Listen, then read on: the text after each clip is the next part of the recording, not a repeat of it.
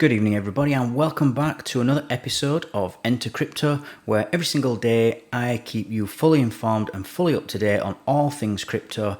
If that sounds like something you'd be interested in, then like, subscribe, and click on the notifications bell so that you don't miss out on any future updates. So today we're going to be talking about an article from CNN Business.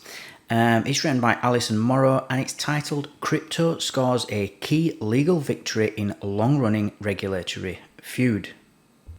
This is, of course, about Ripple. Brad Garlinghouse was one of the founders of Ripple and the XRP token, and basically whether it's a security and whether they broke the law or whether or not. And the SEC are currently suing them, and this is all happening in a New York court, and we've just had some positive news for Ripple against the SEC. And we'll get into more detail. So, as always, let's read through the article quickly and then we'll comment after. So, the crypto industry notched a crucial win in its battle with regulators on Thursday when a judge ruled that Ripple Labs did not violate federal securities law by offering its XRP token on public exchanges, undermining a key argument made by the SEC. The news sent the price of XRP, a token designed for cross-border payments, up some 70% to about 92 cents. The opinion from Judge Annalisa Torres of the Southern District of New York, who stated that XRP was not necessarily a security on its face, partially validated the crypto industry's contention that digital assets should not be regulated as securities. The SEC under Chairman Gary Gensler has aggressively argued otherwise. Torres' ruling did fall partly in the SEC's favour, as she found that some of Ripple's sales to hedge funds and other sophisticated buyers did violate securities laws. Still, Ripple's chief legal officer, Stuart Alderoty, called it a huge win. As a matter of law, he tweeted, "XRP is not a security. Maybe we can now start a rational conversation about crypto regulation in this country." An SEC spokesman said the agency was pleased with the court's finding that upheld its argument that some XRP transactions were illegal and will continue to review the decision, the spokesperson for the SEC said. Under Gensler, the financial watchdog has taken an openly hostile position towards the crypto industry. Gensler has said that most crypto tokens, with Bitcoin as a notable exception, are securities that fall under the SEC's jurisdiction. Recently, the SEC has gone after some of the biggest names in crypto, including Binance and Coinbase, accusing them of running illegal exchanges in the US. Thursday's ruling comes after a 3-year legal battle and sets a precedent for other crypto cases, said Teresa Goody-Guillen, a former attorney with the SEC Office of the General Counsel, who is now a partner at Baker Hostetler. "This is a significant opinion that has the potential to change the landscape of the SEC's enforcement efforts," she said in an email, adding that the case will help Coinbase and Binance defend themselves against the SEC's allegation that they are operating as unregistered securities exchanges, brokers, and clearing agencies. Part of the Ripple case remains unsettled and is expected to go to trial. Torres found that it will be up to a jury to decide whether Ripple executives aided in the illegal sales to institutional investors. Despite the nuance of Torres' ruling, crypto investors are cheering it as a long overdue win. The digital asset space hasn't had a lot of positive news in the past year, as a string of once powerful companies and entrepreneurs have stumbled, most notably FTX and its former CEO SBF. Even on Thursday, news of Ripple's legal win was largely overshadowed by the arrest of Alex Mashinsky, the former CEO of Celsius, another crypto juggernaut that went bust last year. Mashinsky pleaded not guilty to wire fraud and other crimes stemming from allegations that he pumped the price of Celsius's native token, that's CEL, and misled customers. Meanwhile, on Friday, the Wall Street Journal reported that Binance, the world's largest crypto exchange, was in the process of laying off 1,000 people, roughly a third of its global staff. A Binance spokesperson declined to comment specifically on the report, but acknowledged that the company was reassessing resource allocation and focusing on talent density across the organization. The crypto industry has had a dark cloud hanging over it ever since the SEC went after Coinbase and Binance, and Anthony Trenchev, co-founder and managing partner of the crypto lender Nexo, this ruling, although nuanced, provides some much-needed sunlight and cheer into the altcoin space, those non-Bitcoin tokens. And so what this judge is basically saying is that the XRP token the argument is whether it's a security or whether it's not. And the SEC and Gary Gensler, who's the chairman, has been fighting against Ripple, who created this XRP token, and are saying that this is under our jurisdiction. We regulate securities. This is a security.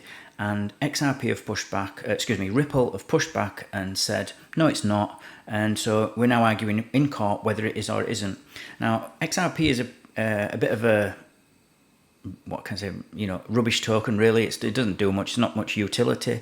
But why this is so important is that it's kind of setting a precedence and setting some real rules by real judges and real people in power as to what is a security, what is not a security. And if Ripple is, and they're saying that it is, or if they're saying that it isn't, why it is and why it isn't, so that we can then take those rules and then we can apply them to things like Ethereum. And we can say, well, if Ripple isn't a security for this reason, then neither is Ethereum, and neither is Polkadot, or neither is Cardano, or whichever one you want to apply this to. So it's giving us some real background. And legally, this can be used then, because this has been used once, legally, because it sets a precedent. Next time we get into court with, let's say it's Cardano, and they get dragged into court because of the SEC, we can say, actually, no, a judge ruled this in 2023 against Ripple, and so we can argue that we are subject to the same things, and so you have to rule in favour of us as well. And if it becomes such, if the judge makes it so categoric like she's done in this case, then the SEC are probably not even going to go to court on it, because they already know there's no point. If it's already been ruled against them in one instance, there's no point going to court again and losing again and costing them loads of money. So it actually disincentivizes the SEC to keep on attacking other projects in the crypto space. And it's also important to note that a lot of other crypto startups like Cardano with ADA, or like Polkadot with their DOT token, all kind of saw this coming. We all realized this a few years ago, that the SEC might rule against us, might come after us at a later date and say that we are now securities and that we're going to be in trouble and stuff like this. And so what they did, Cardano launched their initial coin offering, so where you can try to raise funds basically for your project, and they sell the token and they sell it at a discount. They decided to do theirs in Japan, and so because they did it in Japan, now it no longer is under the US's jurisdiction. So even as long as they do the ICO under a different jurisdiction, and they make sure they do not sell to US residents, then the US has no power over it later on down the line. And so this protected Cardano only for the initial offering, because after, if it's sold to US residents on an exchange, for example, then that's fair and they've bought it at a fair price, and so it doesn't come under the same sort of securities laws when you launched as to when you launched the token. And Polkadot, for example, did theirs in Switzerland because it's a neutral country. So everybody's been thinking about this already, just to put them in a more stronger position later if the SEC decide to start attacking everybody.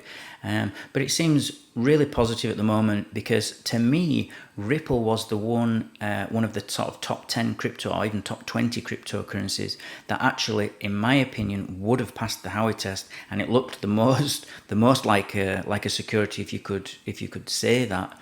And now they're sort of ruling that it's not quite a security, or it may have started off as one, but it's changed, and so it's throwing a lot of doubt even on Ripple. So I mean, Ethereum, Polkadot, these other ones, I mean, I can't even imagine that they could, if they're already finding this difficult with XRP, then it's going to be almost impossible for them to claim this. And there's a little bit of a power grab as well, because you've got the SEC saying that they want to, rule over this particular cryptocurrencies, and you've also got the CFTC in America, which are the commodities guys, regulators, and they're also after a bit of a power grab, and they're saying, well, no.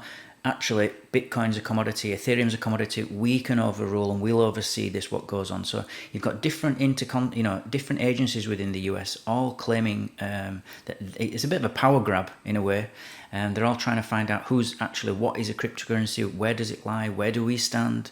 If it's a security, then what makes it a security? If it's a commodity or a property, what makes it that? And it's, crypto's starting to force a lot of government agencies to ask these types of questions. questions, just so that they can regulate it properly or regulate it how they see fit. So very interesting, and it's going to be interesting. It's quite long and drawn out. I think they actually SEC sued them in 2021 with Ripple, and so it's already like 2 years. And it could be another 2 or 3 years before it even gets solved. But there's also, there could be a settlement as well before, so it might just, at any point, Ripple could offer the SEC a settlement figure or vice versa, and they could just end it. It could be ended tomorrow if they wanted. But we'll see. And Coinbase now are also being pursued by the SEC as well. Coinbase have said that they're not going to settle. They are going to sort it out in court, and they're going to make sure that we can get some clear regulations and clear rules. So Coinbase are really going to be fighting the fight this time. And they've only been, I think it was only about 2 or 3 months ago that the SEC said they were going to sue Coinbase. And so this is very early in their journey. So really, really interesting. As always, guys, thank you for watching and listening. Don't forget to subscribe and leave a comment in the comments below. Just let me know and tell me whether you think that Ripple is a security or not. I'm always interested to see what other people think, especially subscribers, whether you think the judge was right or whether she was wrong. And I'll see you all tomorrow.